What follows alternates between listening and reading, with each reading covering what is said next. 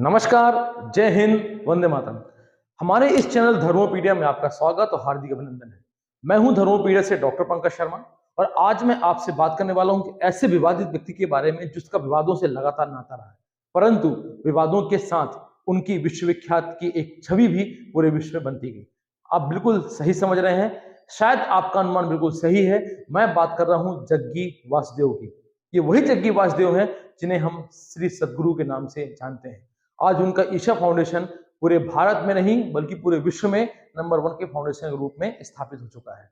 जहां उनका नाता विवादों के साथ रहा, वहीं उनकी कुछ अच्छाइयां भी हैं, जिनके कारण आज उन्होंने एक योगा केंद्र खोला हुआ है, अध्यात्म की एक चरम सीमा तक पहुंच चुके हैं और आज दुनिया भर को आध्यात्म की शिक्षा दे रहे हैं।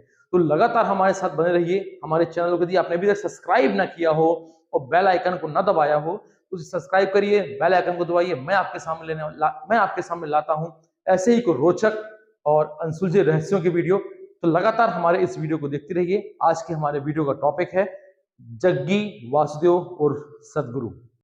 ऐसे ही कोई रोचक और अनसुलझे रहस्यों की वीडियो। तो लगातार हमारे इस वीडियो को देखते रहिए। आज के हमारे वीडियो का टॉपिक है जग्गी वासुदेव उर्फ सद्गुरु। भारत ही नहीं, विश्व भर में प्रसिद्ध सद्गुरु जग्गी वासुदेव एक योगी, रहस्यवादी, लेखक, कवि, दिव्यदर्शी और अंतरराष्ट्रीय ख्याति प्राप्त वक्ता है। इनके दुनिया भर में कई लाख, कई करोड़ संख्या में फॉलोअर्स मौजूद हैं। ये ईशा फाउंडेशन नामक एक लाभ रहित मानव सेवा संस्था के संस्थापक भी हैं। ईशा फाउंडेशन भारत समेत संयुक्त राज्य America, England, Melbourne, Lebanon, Singapore, Australia में योग कार्यक्रमों के माध्यम से सामाजिक कार्यों को करता है और सामुदायिक विकास की योजनाओं पर भी ये विशेष रूप से कार्य करता है। इसे संयुक्त राष्ट्र संघ के आर्थिक और सामाजिक परिषद में विशेष सलाहकार की पदवी भी प्राप्त हो चुकी थी। सद्गुरु ने 8 भाषाओं में 100 से अधिक पुस्तकों की रचना भी की। जग्गी वासुदेव उर्फ सद्गुरु का जन्म 3 सितंबर 1957 को कर्नाटक राज्य के मैसूर शहर के एक तेलुगु परिवार में हुआ था। उनके पिता एक डॉक्टर थे जो कि रेलवे में पदस्थ थे। बालक जग्गी को प्रकृति से बहुत लगाव था। अक्सर ऐसा होता था कि वो कुछ दिनों के लिए जंगल में गायब हो जाते थे और पता चलता था कि वो पेड़ों की ऊंची ऊंची डालों पर बैठे हुए हैं और अचानक ही वहां पे ध्यान में लीन हो जाते थे। जब वे घर लौटते थे तो उनकी झोली सांपों से भरी होती थी, जिनको पकड़ने में उन्हें महारत हासिल थी। 11 वर्ष की उम्र में जग्गी वासुदेव ने योग करना आरंभ शुरू कर दिया था। इनके योग शिक्षक राघवेंद्र राव, जिन्हें मल्लाह डल्ली स्वामी के नाम से भी जाना जाता है, मैसूर विश्वविद्यालय से उन्होंने अंग्रेजी भाषा में ग्रेजुएशन की उपाधि भी प्राप्त की थी। इनका उपनाम सद्गुरु है। इनका व्यवसाय है भारतीय योगी और रहस्यवादी। यदि मैं इनके शारीरिक लंबाई और चौड़ाई की बात करता हूं तो मात्र 172 सेंटीमीटर मतलब 5 फुट 8 इंच, 70 किलो, आंखों का रंग काला, बालों का रंग ग्रे के नाम से सद्गुरु पूरी दुनिया में पॉपुलर है। ये फिल्म अभिनेता भी रहे हैं। डेब्यू फिल्म जैसे the movie direct by the Scott Carter, word empower and divine power के नाम से इन्होंने फिल्में भी बनाई हुई। यदि इनके शौक की बात करते हैं तो इनको गोल्फ खेलना पसंद है, हॉपस्कॉच जिसे हम लंगड़ी कहते हैं, क्रिकेट खेलना, वॉलीबॉल खेलना, बिलियर्ड्स खेलना, फ्रिस्बी जिसे हम तस्तरी कहते हैं और ट्रैकिंग करना इन्हें बहुत पसंद है। सद्गुरु जब 25 वर्ष के थे तब उन्होंने किसी असामान्य घटना के कारण अपने जीवन में सुखों का त्याग कर दिया था। उम्र के इस पड़ाव में उन्होंने चामुंडी पर्वत की चढ़ाई की और वहां किसी विशाल पत्थर पर जाकर बैठ गए और वहां से उन्होंने आध्यात्मिक अनुभव लेना भी प्रारंभ कर दिया था। इस दौरान उन्हें कुछ अलग अलग महसूस हुआ और उन्हें लगा कि अपने ही शरीर में ही वे नहीं है बल्कि आत्मा के रूप में कार्य कर रहे हैं, बल्कि हर जगह चट्टानों में, पेड़ों, पृथ्वी में ये फैल जाने की सोचना भी, कल्पना भी करने लग गए थे। इस घटना से उनकी जीवन शैली पूरी तरह से बदल गई। इसी के चलते जग्गी वासुदेव ने उन अनुभवों को बांटने के लिए अपना पूरा जीवन समर्पित करने का फैसला कर दिया। 1 साल तक ध्यान और यात्रा करने के बाद उन्होंने अपने आंतरिक अनुभव को बांटकर लोगों को योगा सिखाने में अपना मन बना लिया और योगा शिक्षक के नाम पे पूरे केरल में पॉपुलर होते चले गए, मैसूर पे। यदि इनके विवादों से बात करें, विवादों से इनका बहुत बड़ा नाता रहा है। जैसा मैंने बताया कि जग्गी वासुदेव का विवादों से बहुत नाता रहा है। अक्टूबर 1997 में अपनी मृत्यु यदि हम बात करें जग्गी वासुदेव या सद्गुरु की तो इनका विवादों से बहुत नाता रहा है। यदि हम बात करें अक्टूबर 1997 में तो अपनी पत्नी की मृत्यु के बाद बेंगलोर पुलिस स्टेशन में उनके खिलाफ एक एफआईआर दर्ज की गई थी, जिसमें उन पर अपनी पत्नी पर दहेज के लिए प्रताड़ित करना आरोप लगाया गया था और अपनी पत्नी को मारने का भी केस दर्ज हुआ था। इस कारण तमिल मीडिया ने सद्गुरु को काले झंडे भी दिखाए थे और उनका विवादों से नाता रहा। वह विवाद तब भी सामने आया जब उनके खिलाफ तमिलनाडु जिला अदालत में एक याचिका दायर की गई, जिसमें उन पर आरोप लगाया गया था कि उनके ईशा योग केंद्र में कोयम्बटूर में 2 वयस्क महिलाओं को बंदी बनाकर रखा गया है। यदि हम बात करें, पर्यावरणविदों और कई राजनीतिक नेताओं ने दावा किया है कि ईशा योग केंद्र वन भूमि पर स्थापित है और वह पश्चिमी घाट के वेल्लियानीरी हिल्स में स्थित हाथियों के क्षेत्र का अतिक्रमण कर रहा है। इससे हाथियों के पर्यावरण को क्षति पहुंच रही है। जग्गी वासु से जुड़ी कुछ और भी रोचक जानकारियां हैं जो मैं आपको बताऊंगा, तो लगातार हमारे वीडियो में जुड़े रहिएगा। चैनल को सब्सक्राइब, लाइक और शेयर करना मत भूलिएगा। ईशा फाउंडेशन का संस्थापक, जो पूरी दुनिया में योग कार्यक्रमों को संचालित करती है, वह सामाजिक कार्यों, पर्यावरणीय कार्यक्रमों और शैक्षिक कार्यक्रमों में सक्रिय रूप से भाग लेते रहते हैं। आध्यात्मिकता के प्रति उनके योगदान के लिए भारत सरकार ने उन्हें 13 अप्रैल सन 2017 को पद्म विभूषण पुरस्कार से सम्मानित किया था। बचपन में जग्गी वासुदेव वह प्रकृति की ओर काफी आकर्षित हुए थे, जिसके चलते उन्होंने घर के आसपास एक जंगल में समय बिताना चालू कर दिया।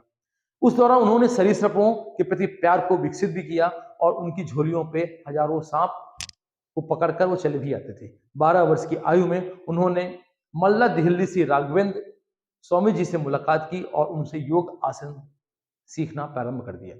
उनके अनुसार यह बिना किसी ब्रेक के नियमित रूप से इन आसनों को अभ्यास करते रहते थे।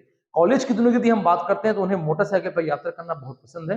वे रॉयल एनफील्ड की गाड़ी का उपयोग करते हैं, जिसके चलते वह मैसूर के निकट चामुंडी हिल में अपने दोस्तों के साथ रात्रि भोजन के लिए भी चले जाते थे। उन्हें भारत के विभिन्न स्थानों पर मोटरसाइकिल पर अकेले यात्रा करना भी पसंद है और आपने अभी सेफ स्वेल के नाम से उन्होंने यात्रा भी चालू की थी। कॉलेज से पढ़ाई पूरी करने के बाद उन्होंने पोल्ट्री फार्म, ईंट बनाने इत्यादि का व्यवसाय भी चालू किया था, जिसके कारण वे बहुत सफल व्यवसायी भी बन चुके थे। उन्होंने दावा किया कि 23 सितंबर 1982 को चामुंडी हिल में एक चट्टान पर बैठने के दौरान उन्हें अध्यात्म की अनुभूति हुई।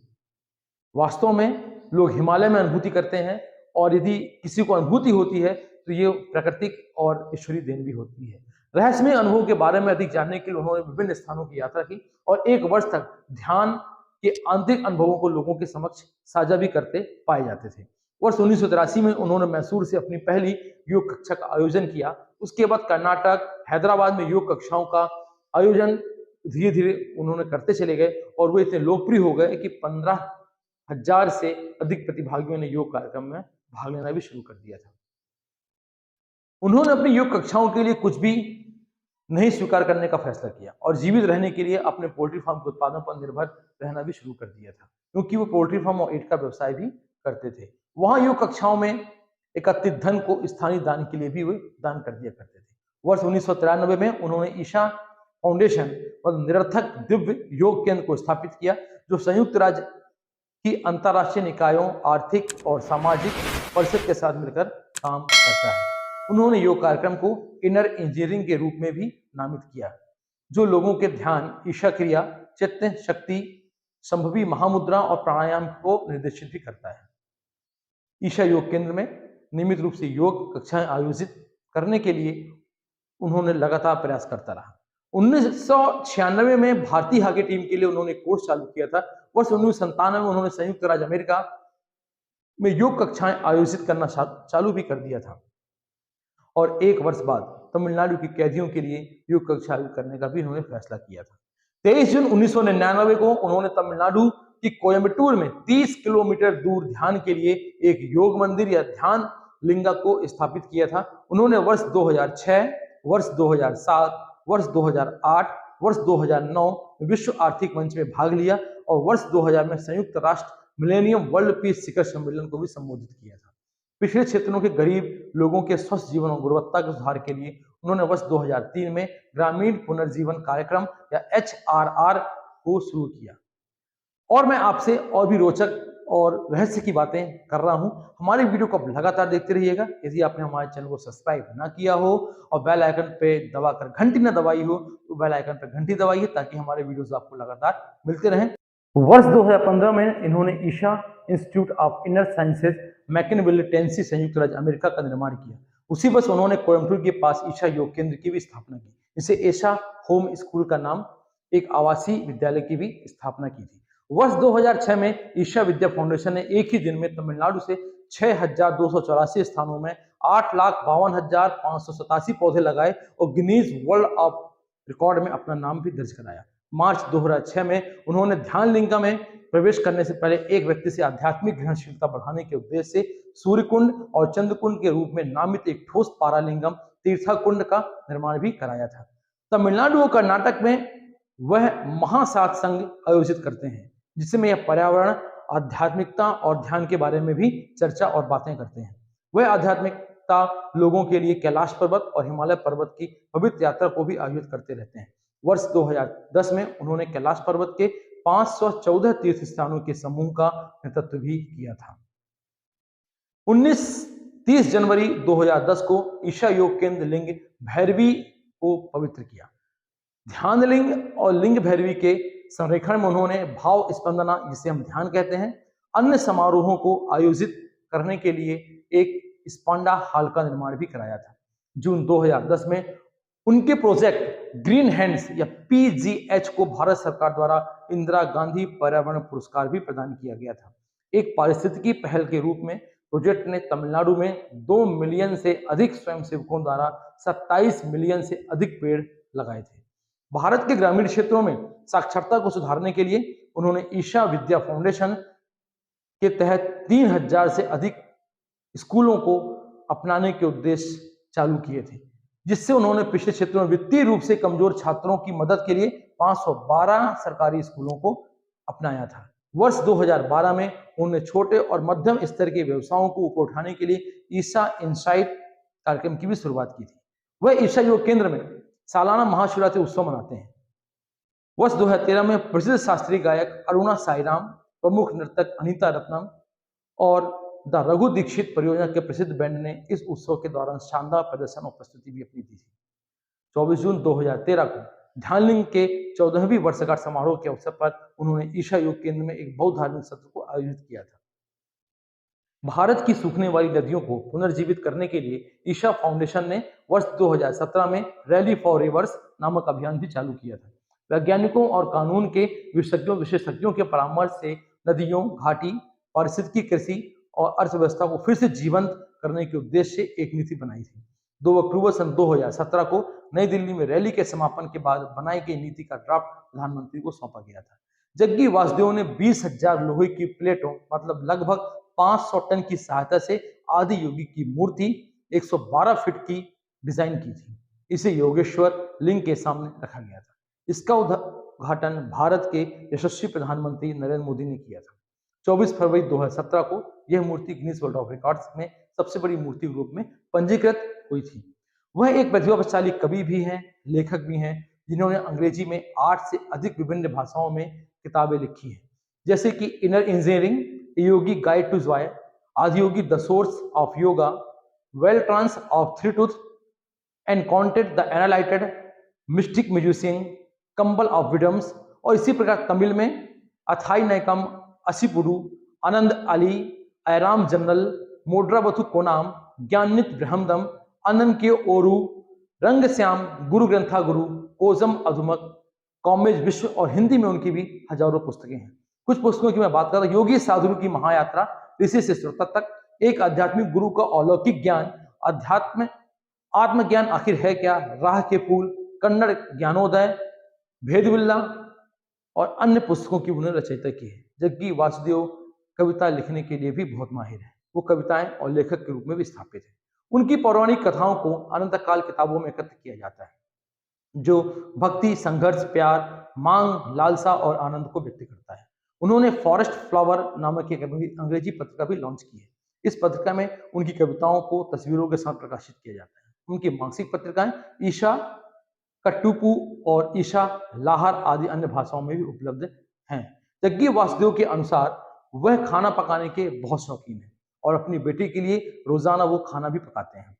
वह एक अच्छे वास्तुकार भी हैं, जिसके चलते उन्होंने अपने सभी आश्रमों को खुद ही डिजाइन किया हुआ है। सदगुरु ने एक प्रसिद्ध डॉक्यूमेंट्री फिल्म में भी भाग लिया था। उस फिल्म का था one the Scott Cotter ward and power, जिसे डियान पावर द्वारा निर्देशित किया गया था। उन्होंने Bollywood film star Anupam Kher और प्रसिद्ध फिल्म निर्देशक करण जौहर के साथ भी साक्षात्कार में अपने व्यक्तित्व और अपनी चीजों को भी और तथ्यों का खुलासा भी किया था। जो मैंने आपको वीडियो बताया, यह वीडियो था जग्गी वासुदेव अर्थात सदगुरु के बारे में अधिक से अधिक जानकारी देने का मैंने प्रयास किया।